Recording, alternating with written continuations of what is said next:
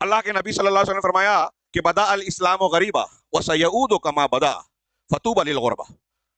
صحیح مسلم اور دوسری حدیث کی بخاری وغیرہ میں بھی ہے الفاظ کے فرق سے کہ اسلام غربت اور اجنبیت کی حالت میں پیدا ہوا، پھلا پھولا شروعات ہوئی اس کی. یعنی جب مسلمان کوئی ہوتا تھا، علامہ ابن رجب حنبلی رحمہ اللہ نے اس کی تشریح کرتے ہوئے کہا کہ ایک آدمی مسلمان ہوتا تھا تو قبیلے میں اکیلا ایک یا دو لوگ ہوتے تھے.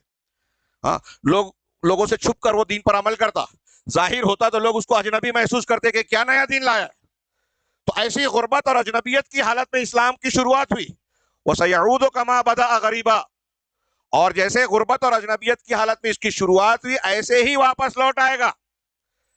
حدیث کے الفاظ پر غور کیجیے. فَطُوبَى لِلْغُرَبَاء، اللہ کے رسول صلی اللہ علیہ وسلم ان غربا کے بارے میں کہہ رہے ہیں کہ ان کے لیے خوشخبری ہے، مبارک ہے. یہاں ایک اشارہ غور کیجیے، ایک تو تسلی ہے کہ جو اہل حق ہے اگر ان کو الگ تھلگ چھوڑا جا رہا ہے تو اس سے مایوس ہونے کی ضرورت نہیں ہے. اللہ کے رسول صلی اللہ علیہ وسلم ایسے لوگوں کو مبارکباد دے رہا ہے، یہ استقامت کی تقاضا کرتا ہے. وہیں دوسری بات جو بہت واضح نظر آ رہی ہے یہاں کہ ایسے لوگ جو صحیح دین کو اختیار کریں گے وہ معاشرے میں عجیب و غریب نگاہ سے دیکھے جائیں گے، لوگوں سے الگ ہو جائیں گے.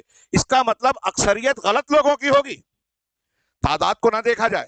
اسی حدیث کے مختلف دوسرے الفاظ جو دوسری حدیثوں میں ہیں، علامہ البانی وغیرہ نے جس کو صحیح کہا ہے کہ اللہ کے رسول صلی اللہ علیہ وسلم سے پوچھا گیا کہ وہ غربا کون ہیں تو کہا الذین یصلحون اذا فسد الناس، کہ یہ وہ لوگ ہیں جو لوگوں کے بگاڑ کے وقت تو خود صحیح اور صالح رہیں گے.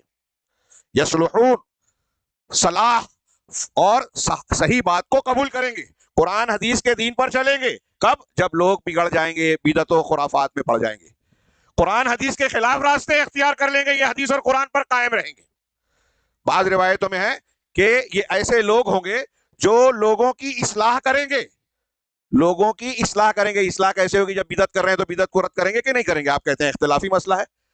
ہمارے یہاں آج کل دعوت دینے کا طریقہ یہ بن گیا ہے کہ بھائی یہ کرو کہ نہ کرو، وہ کرو کہ نہ کرو.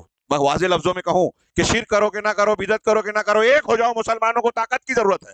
ارے مسلمانوں کی طاقت کو اکھاڑنے کی وجہ شرک اور بدعت ہے، اور آپ کہہ رہے ہیں کہ اس کے ہوتے ہوئے ایک ہو جاؤ. ناممکن بات ہے، انہی کی وجہ سے تو اختلاف ہو رہا ہے.